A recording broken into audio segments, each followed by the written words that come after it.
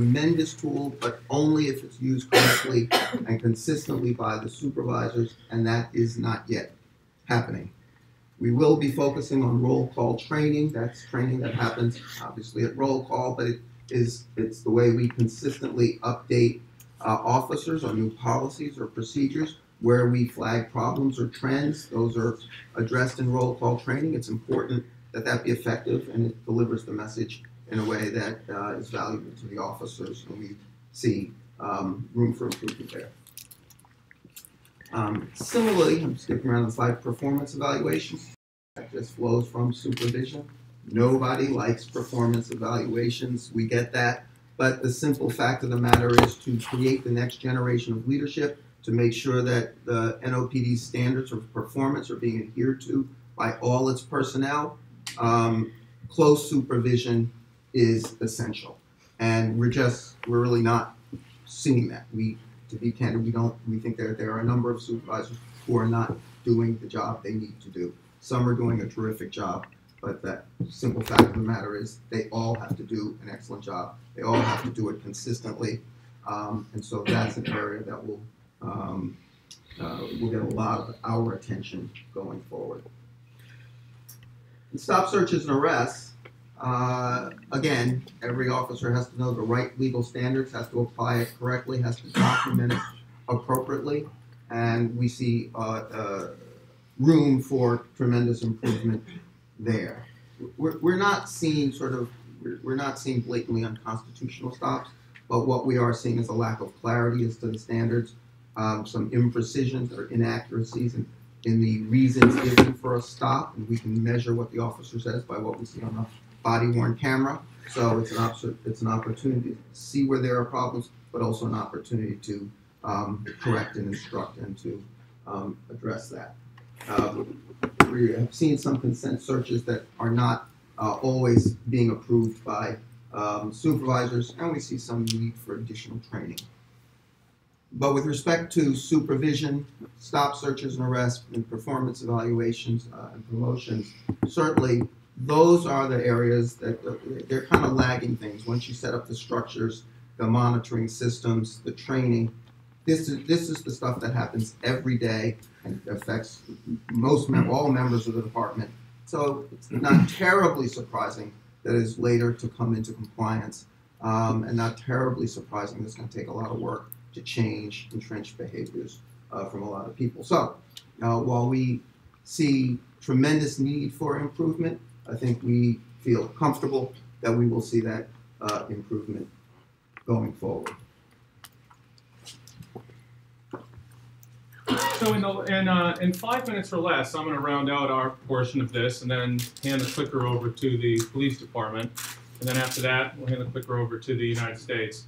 Then turn it back to Judge Morgan to bring it all home before 11. That's our goal here.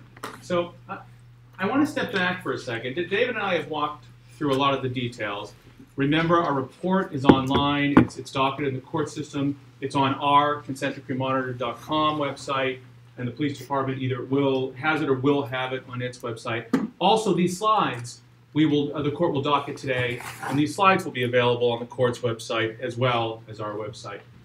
So you'll have all this. But I do want to step back just for 1 second and talk about what in many ways is one of the most impressive statements about the cultural change that we're seeing going on in the department. Because these are examples where the department has decided not to stop with compliant, but to strive toward professional. And these are really, really big deals that are worth an entire talk in themselves, but you're not going to get that here, so you're going to get a brief summary. The first one I want to hit is one that Judge Morgan already mentioned. It's one that I'm so proud of the department for. And as I read in the paper this morning, I apparently said on a few occasions that I will be the biggest thorn in the department's side when they're not doing well, and I will be their biggest cheerleader when they are. I was reminded of that in the newspaper this morning. That is a true statement, and this is one area where I am a cheerleader for the department. The men and women in the police department have created a peer intervention program like no other department in the country has. It actually teaches police officers how to safely and effectively intervene in another officer's conduct before mistakes and misconduct happen. I can say this isn't just a concept. I myself have seen this happen in the street. I've seen it save officers' careers. I've seen it save citizens. I've seen it prevent mistakes. And I've seen, over the course of our years here, the occasional failure of someone to intervene cost careers and cost citizens their safety. If anyone hasn't, or maybe none of you have seen it yet, but the Washington Post just carried a story 2 days ago about your EPIC program. It is now talked about at the FBI's training. Superintendent Harrison said he's bringing this to Baltimore. So if we think back to when we started this whole journey, to think, based on what we read in that DOJ report, that NOPD would be in a place where a program that the men and women of the department created is now being carried throughout the country, this is a major sign of impressive culture shift. So everyone, check out the articles on that. You'll hear more about Max from the department, so I won't steal their thunder, but it is an impressive management and data management tool that has, frankly, not only made NOPD jobs easier, but has made our job easier. NOPD now makes more data available to the public than most any other department that I've seen, and we can stand behind those data. We check those data to make sure it's they are accurate and current and complete, and it is a very impressive thing to see data being shared publicly. We should say a word about the critical incident video release policy because it is so different from what you see in other cities. In other cities, you see when there's a police use of force, you see the city hold on to and hide that video from the public. Okay? We all have seen examples of this around the country. And then we see what happens after that, when the video is released a year or two later, right? That's not how NOPD does this here. And this is NOPD's doing. This is beyond what the consent decree says. They have created a process where when there is a critical use of force by an officer, they meet immediately. They talk about how quickly they can get that information out. They meet with the families. They meet with the media. They get the videos out. We saw it recently. We saw it a time before that. That is a major move forward in terms of transparency that we don't see, frankly, in many other cities or departments. Let me hit some of these other ones really quick. Just if people are interested, come to the public meeting in February. We can talk more about these, or ask any of the officers here. But NOPD is working on a fellowship program for their future leaders in conjunction with Loyola, where future leaders can come participate in the programs here at Loyola, to transform themselves into the future leaders of the department or wherever they go. Judge Morgan mentioned the partnership between NOPD and the Innocence Project. This, frankly, I think every department should do this, but interestingly, I know of no other department in the country that has been confident enough. People often think Innocence Project and police departments should be at odds. They shouldn't. NOPD proved they shouldn't. I know we have a couple of Innocence Project people in the audience here, so thank you for all the great work you've done. And keep your eye on that program. We're going to see that continue. The Academy is now looking at ways to, beyond the recruit training and the in-service training, to come up kind of with electives for the leaders of the department by bringing in people from industry or bringing in people from other departments. And that's another way of thinking beyond what the consent decree says. Judge Morgan already talked about the work we're all doing to reduce the burden because that directly leads to more officers on the street. And also Judge Morgan mentioned, it's just worth hitting again, that unlike when we started this project, now NOPD are leaders in the conversation about reform across the country. I'm not saying NOPD leaders and we agree on everything or we don't have our fights, but the way they have stepped up and embraced their reform process and started exporting that to the world is very impressive. I talk to Paul Noel all the time, and he is he's either at the FBI or at IACP. It's that not only it helps the department, it helps the city, it helps the officers, and it helps the community. So just some examples of where we've seen the department go beyond. This summarizes why we think we have got here so fast. As David said, we're not done yet, but we are where we should expect to be. These things are complicated. Okay? Other cities have not got this far this fast. And this is the recipe for how we did that. Now, you can all read it yourself, so I won't go through the whole thing, but as I said to start, it's because the department's committed, the city has been committed, the monitoring team has been committed, and frankly, David and I have to give more credit to our team. You see Ashley, Marianne, and Bob right there. We have other members of our team. They're the ones who do so much of this legwork here. And Judge Morgan, obviously, is probably the most intimately involved judge in a consent decree and has pushed not only the city and the United States, but the monitoring team to keep working harder and harder to transform your department into a great department. So obviously, the keys to continued progress and to getting to the end are the same things that brought us here. It's got to continue to spend time building the community trust. You can't do this without the community trust. Like, it doesn't work, right? Continue to focus on where we've been successful, and that formula is going to get us forward. Let me end then with this. Again, I'm not going to go through everyone. I think David and I have already hit this throughout the course, but this is what we need to do now. We need to keep the green in the green. We need to get the light green in the dark green, and we need to get the blue into the green. That's all doable. Okay? This is all within our collective abilities to do. But it's going to take all of us working together, and we're confident we can pull it off. So let me conclude, and I'll hand the clicker over. Okay. NOPD had a very slow start, but the progress in recent years has been remarkable. I probably said it too much already, but I promised I'd be the cheerleader when they deserved it. The leadership team deserves just tremendous recognition for what they've done so far. Our audits are showing that this is working, that it is achieving its desired outcomes, and it ultimately will achieve the desired end outcome. As David walked through, still work to be done, and that work is important. I don't want to belittle the work that still needs to be done.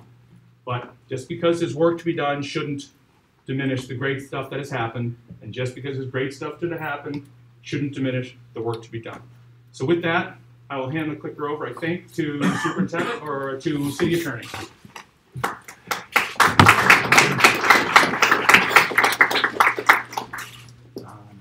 What slide do you want? So I'll give you this. And just so you don't have a good background. Good? Yeah.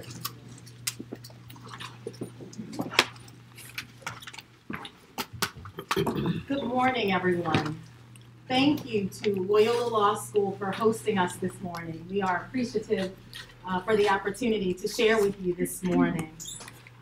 On behalf of the city, we'd like to confirm our commitment to constitutional policing, to ensuring continuous and sustained improvement in constitutional policing.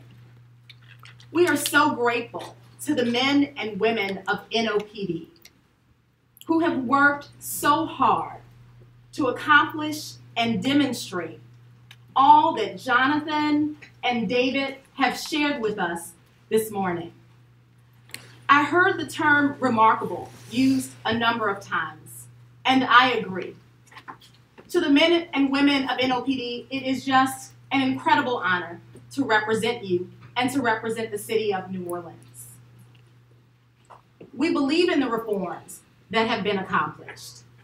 We are proud of the work that NOPD has done, and I assure you that Mayor Cantrell and the City Council collectively are so pleased with moving the department forward and building upon the accomplishments that have already been achieved. The city of New Orleans, our goal is and has always been a compliance determination.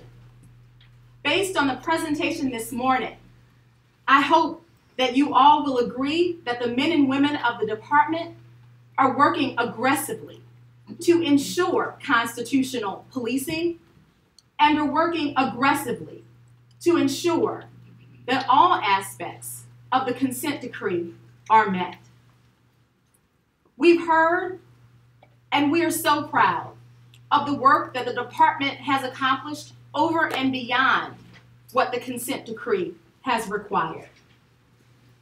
We acknowledge the work of all of those who have helped us to accomplish what has been accomplished thus far. Judge Morgan, thank you for the work that you have done in moving the department forward. Thank you for acknowledging the hard work of the men and women of the police department. We appreciate it and extend our thanks to you for what it is that you have invested in the city of New Orleans. We're also grateful to the monitoring team and to all of the stakeholders, both public and private, who have helped to elevate this department. We are so excited about where NOPD is, and we look forward to continuing the great work that is being done within the department, and most notably, NOPD is being looked to by other departments around the country for leadership and guidance in constitutional policing. This would suggest that NOPD is a model department, and we are so proud of the work that the department is doing currently.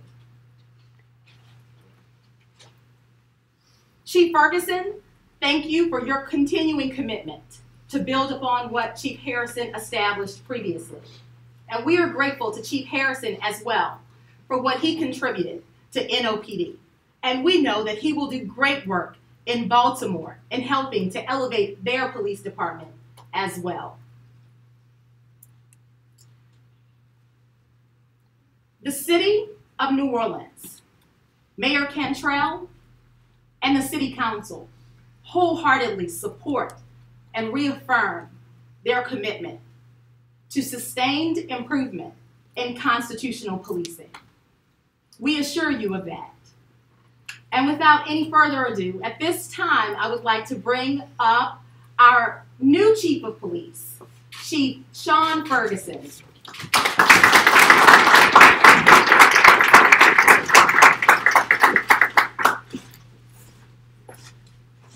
Good morning, all. First off, I would like to thank Loyola University for hosting us. Thank you, Judge Morgan, Consent Decree Monitors, Department of Justice, for inviting us this morning to participate in this meeting. I would like to also thank our Mayor Latoya Cantrell, the City Council members. I saw earlier Council Member at Large Jason Williams, as well as Helena Moreno, as well as Joe Jeruso. Just want to thank you all for your strong support throughout this process. Thank you for ensuring that we have the tools, the necessary tools and resources that are needed to provide and ensure our public safety, which is our #1 priority, especially to keep this momentum going forward. Well, I've only been the chief for just 1 week today, actually. I have been a part of this process from the very beginning as the commander of the 4th District, as well as the commander of the 2nd District, and most recently as the commander of the Education and Training Division, helping to shape the future of the New Orleans Police Department. I have witnessed firsthand how the consent decree has transformed our department as well as our citizens for the better of all of us. And I can say without a doubt, I am proud of the men and women of the New Orleans Police Department and the work that they have done. And our successes thus far is a testament of their hard work and dedication throughout this process. However, we would not be here without their sacrifice, commitment, day in and day out to the department, to our citizens, and to our city. But make no doubt about it, there's still some important work to be done, and we are striving to do that work. The NOPD is the model of police reform, and departments across the nation and cities across the nation are looking to us for that reform and taking notes of what it is that we are doing. A true testament to what it is that we have done thus far is for Baltimore to take Chief Harrison from the New Orleans Police Department and saying, that is a testament in itself that we're doing the right thing right now. Inviting us to tell our story at IACP and major city chiefs, conferences, things of that nature, letting you know that New Orleans Police Department are doing the right thing.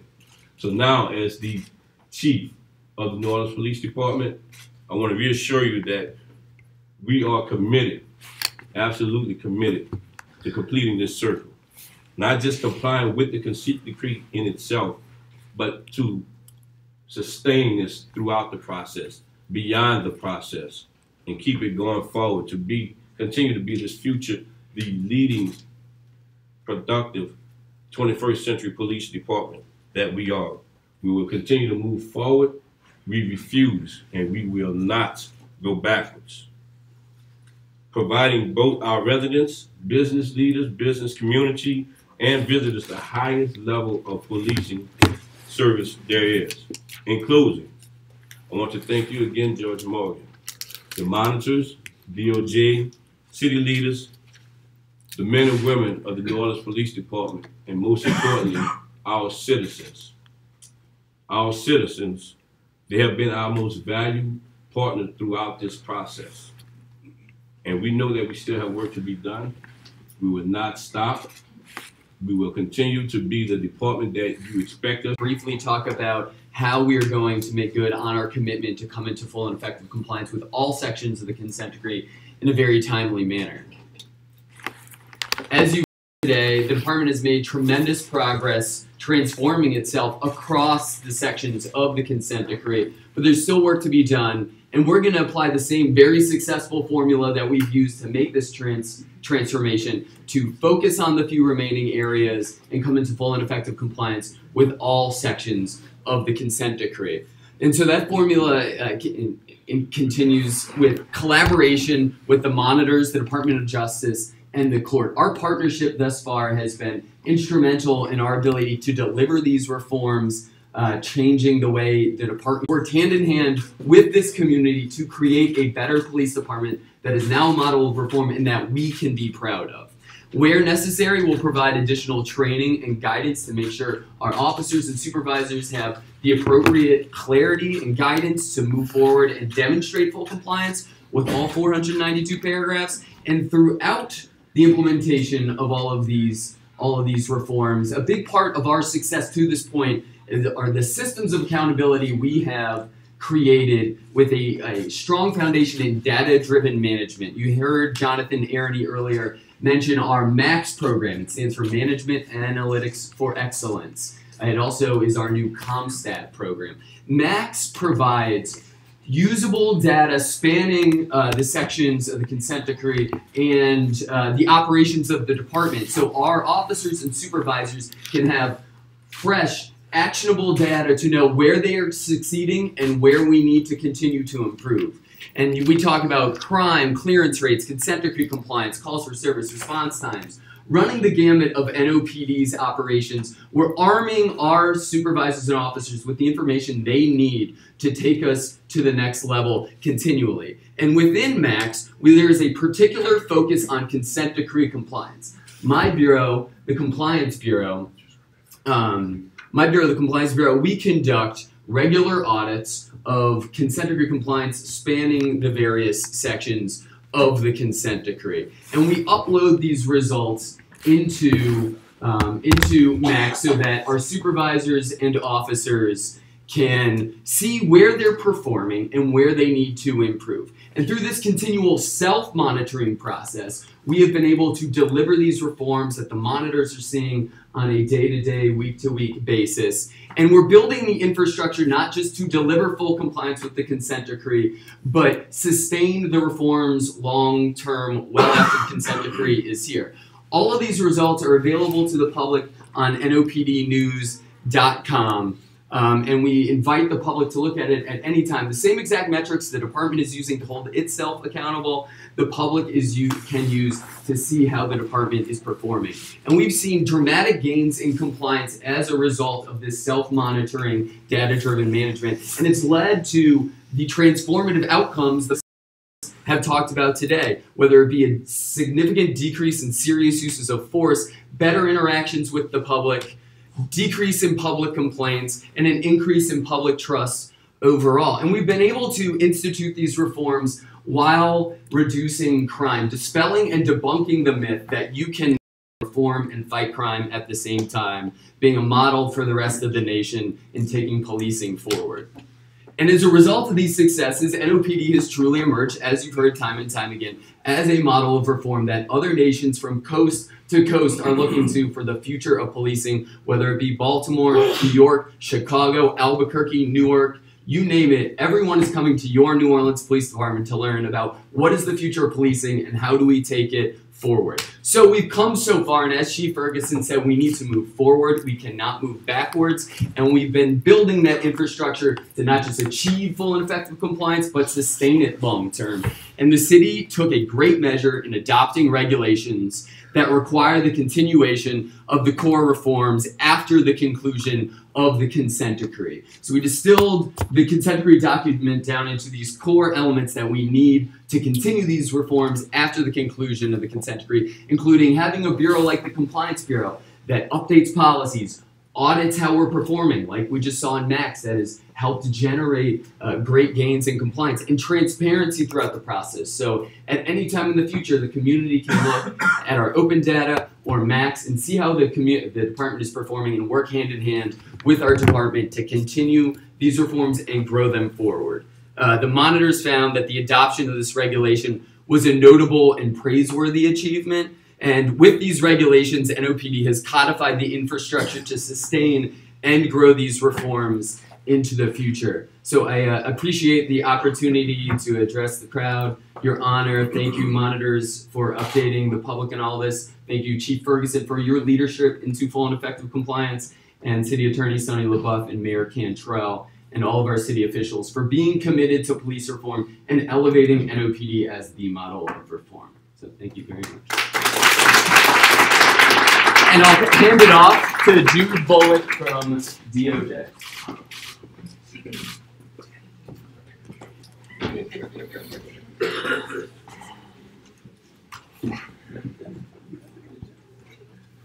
Good morning, everybody. Thank you to Loyola, thank you to members of the New Orleans Police Department, to the monitoring team, and to city representatives and members of the public who are here. It's tremendous to see so many people here taking an active interest in this great reform process that's underway. The United States concurs that many of the sections of the consent decree are now in full and effective compliance. The facts make clear that, quite simply,